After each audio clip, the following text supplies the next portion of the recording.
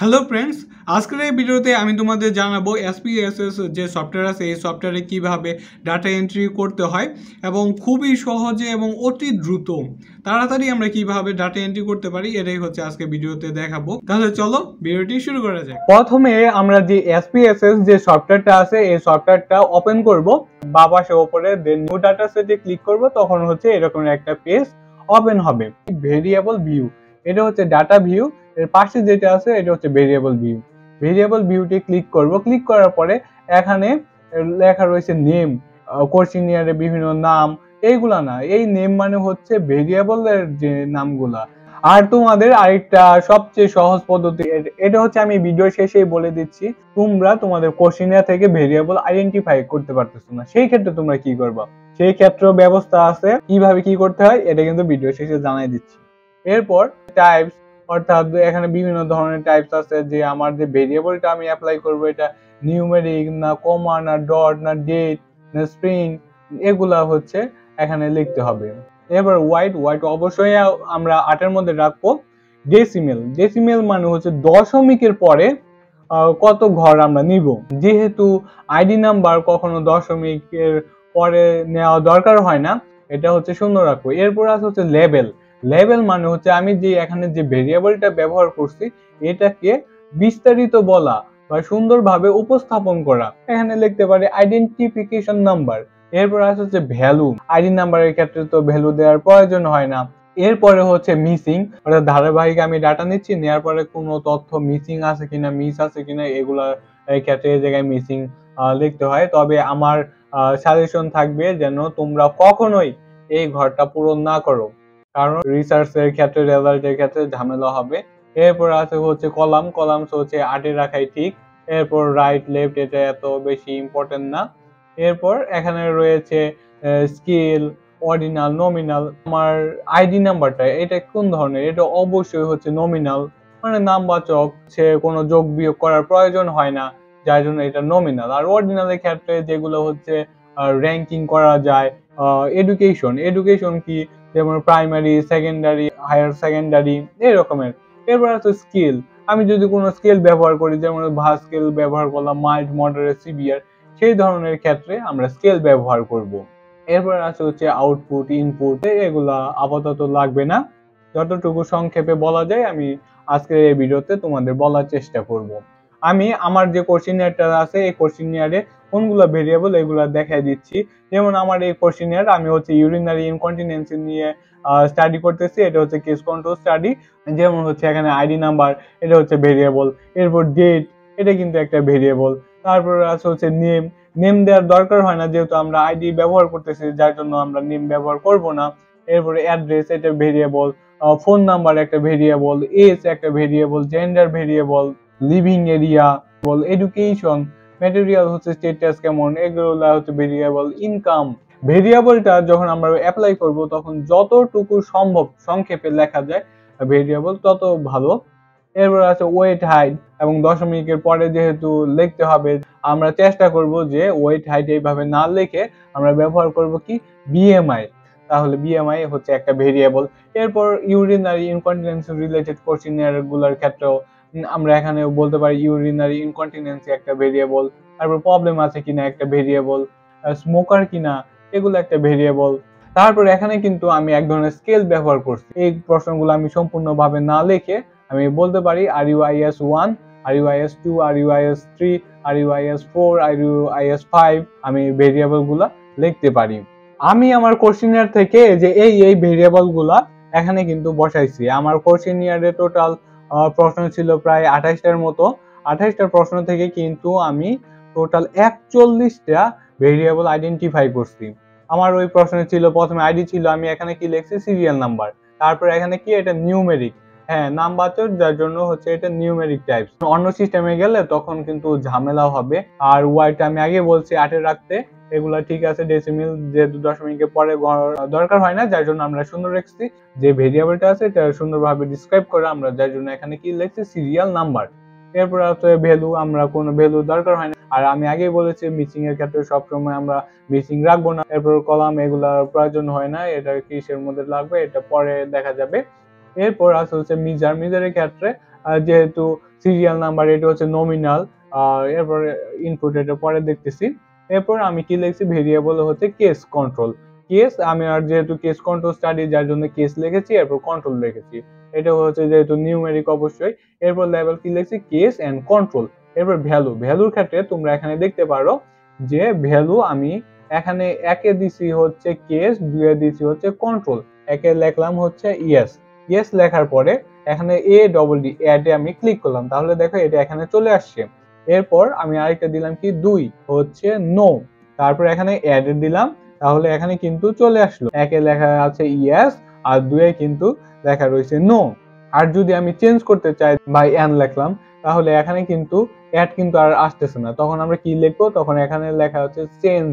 এই চেঞ্জে ক্লিক করলে দেখবে এই চেঞ্জটা কিন্তু এখানে হয়ে গেল। এরপর কি করব, ওকে দিব। এরপর ফোন নাম্বার এগুলা ঠিক আছে, পড়াশোনা করার প্রয়োজন হয়। অ্যাড্রেসের ক্ষেত্রে আমি এখানে স্ট্রিং নিছি, কারণ অনেক সময় দেখা যায় যে নিউমেরিক যখন করি, এই জায়গায় যে ডাটা ভিউ আছে, ডাটা ভিউতে লেখার ক্ষেত্রে বেশি কিছু লেখা যায় না।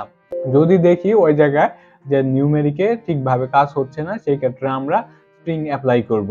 এরপর এটা হচ্ছে এজের ক্ষেত্রে লেভেলে এজ ঠিক আছে, এটা নিউমেরিক ঠিক আছে। এখানে দেখো আমি একটা ভাগ করে নিয়েছি।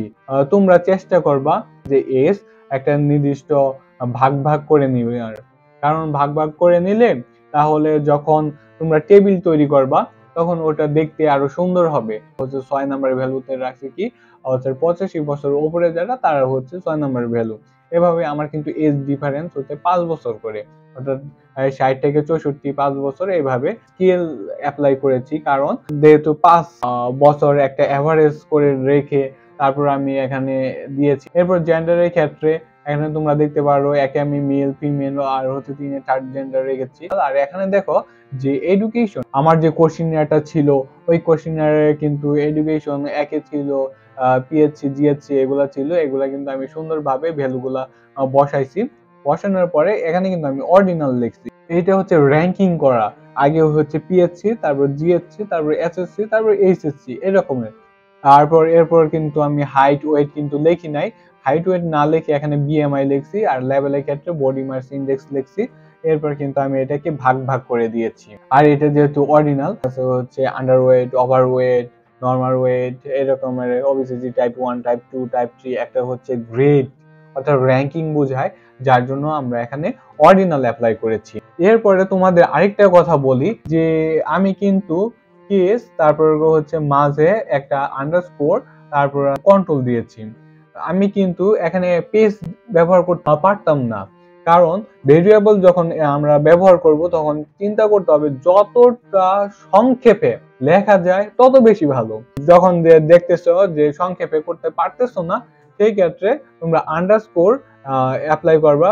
আর যে এরকম ধরো আমি ফোন, এরপর পেজ দিলাম, এরপর ধরো আমি লিখলাম নাম্বার, ফোন নাম্বার দেওয়ার পরে ইন্টার দিলাম। এখানে কিন্তু দেখা যাচ্ছে যে এটা চেঞ্জ হবে না। যে ভেরিয়েবল গুলা ব্যবহার করবা সেগুলা যেন 64টা ওয়ার্ডের নিচে হয়।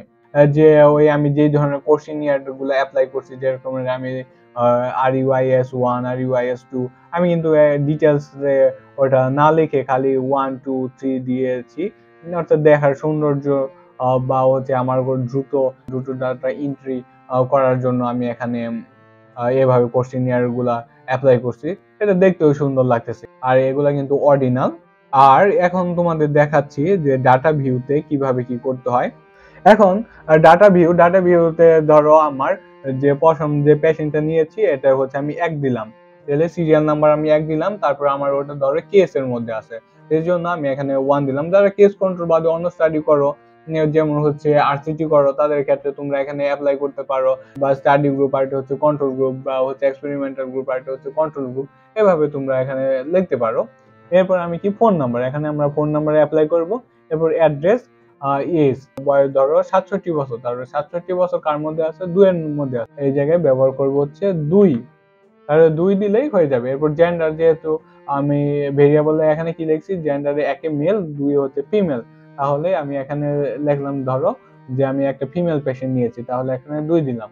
এরপর এডুকেশন লেভেল, আর ধরো সে অশিক্ষিত কততে, 7, তাহলে আমি ডাটা ভিউতে এখানে এডুকেশন লেভেলের এখানে 7 লিখবো। এরপর ম্যাটেরিয়াল স্ট্যাটাস, সে বিবাহিত কিনা, একে ছিল ম্যারিড যার জন্য এক লিখেছি, সবকিছু ঠিক আছে। এখন এটা আমি সেভ করব কিভাবে? এই যে ওপরে যে লেখা রয়েছে FIL ফাইল অল ডাটা, এখানে বা সেভ অ্যাজ, এখানে সেভ অ্যাজ আছে, সেভ অ্যাজ এ ক্লিক করলাম। ক্লিক করার পরে তোমরা এখানে কিন্তু দেখতেছো যে ওপরে কিন্তু লেখা আছে ডকুমেন্ট, কিন্তু আমার যে পিসিতে যে ফোল্ডার গুলো আছে আমি কোন ফোল্ডারের মধ্যে রাখবো এটা কিন্তু এখানে শো করতেছে। আমি ধরো সিতে রাখতে চাচ্ছি অথবা আমি আমার নিজস্ব ড্রাইভের মধ্যে রাখতে চাচ্ছি, সেই ক্ষেত্রেও করা যাবে। যার জন্য আমি ধরো ডি ড্রাইভে রাখবো এই ফাইলটা, ডি ড্রাইভে রাখলাম। এরপর ফাইলের নাম কি রাখবো আমি আরো একটু মডিফাই করলাম। এইভাবে কিন্তু আমি এখানে দেওয়ার পরে এখানে যে সেভ অপশন আছে এই সেভে ক্লিক করলাম, এটা কিন্তু সেভ হয়ে গেছে। এই যে তোমাদের দেখাচ্ছি। অনেক সময় বিভিন্ন কারণে কম্পিউটার নষ্ট হয়ে যেতেই পারে, সেই ক্ষেত্রে অবশ্যই তোমরা আলাদাভাবে একটা পেন ড্রাইভ নিয়ে রাখবা। ফাইলটা আছে না, এটা তোমরা কপি করতে পারো, কপি করে তারপর তোমাদের যে হোয়াটসঅ্যাপ আছে হোয়াটসঅ্যাপে পেস্ট করে রাখতে পারো। কম্পিউটার ক্র্যাশ করলেও সেই ক্ষেত্রেও তোমাদের এই ফাইলটা থেকে থাকবে, এত কষ্ট করে যেহেতু করতেছো তোমরা। ভিডিওর প্রথমেই আমি তোমাদের বলেছিলাম, ধরো তোমরা ভেরিয়েবল গুলো তোমাদের কোশ্চেনিয়ার থেকে আইডেন্টিফাই করতে পারতেছো না, সেই ক্ষেত্রে তোমরা কি করবা? সেই ক্ষেত্রে সবচেয়ে ভালো এবং সহজ বুদ্ধিতে হচ্ছে চ্যাট জিপিটি। বিভিন্ন প্রশ্ন জিজ্ঞেস করতে পারো যে কিভাবে কি করতে হয়। এটা কিন্তু আধুনিক প্রযুক্তিকে অস্বীকার করার কোনো ইয়ে নাই, এখানে ভয় পাওয়া বা স্যাররা জানলে কিছু বলবে এটা কিন্তু না, অবশ্যই শিখতে পারো। যে রকমের ধরো তোমরা ভেরিয়েবল গুলো আইডেন্টিফাই করতে পারতেছো না কিংবা বুঝতেছো না যে কোনটা কোন ভেরিয়েবল, সেই ক্ষেত্রে তোমরা কি করবে, যে তোমাদের ফাইল আছে এই ফাইলটা এখানে পেস্ট করতে পারো।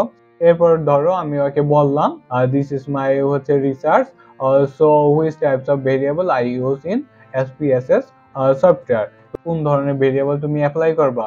সুন্দর করে কিন্তু এখানে বলে দিচ্ছে যে এরকম প্রথমে কি আছে যে এস আছে, এখান থেকে তো সরাসরি হুবাহু কপি করা যাবে না, নিজের যে বুদ্ধি আছে নিজস্ব বুদ্ধি চিন্তা অ্যাপ্লাই করে তারপর গেছেন কিছু।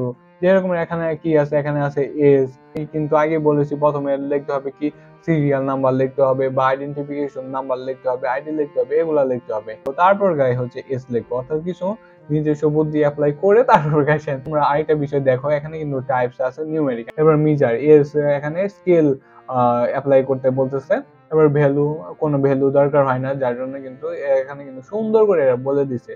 এরপর আরেকটা ভেরিয়েবল জেন্ডার, এটা কি কোন ধরনের টাইপস থাকবে, নিউমেরিকে থাকবে, মেজারমেন্ট কেমন থাকবে, নমিনাল থাকবে।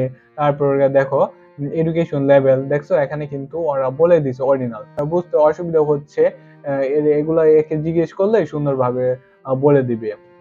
আবারও বলতেছি, এটা হচ্ছে এখান থেকে হুবাহু নেয়ার দরকার নাই, জাস্ট খালি বুঝার জন্য। আশা করি তোমাদের ক্ষেত্রে উপকার আসবে এই ভিডিওটা। আর ভিডিওটি ভালো লাগলে অবশ্যই তোমরা লাইক কমেন্ট শেয়ার করতে পারো, তাহলে কি এই যে এত কষ্ট করে ভিডিও তৈরি করতেছি আরো বেশি ধরো ভিডিও তৈরি করার আগ্রহ আমার বাড়বে। Thank you.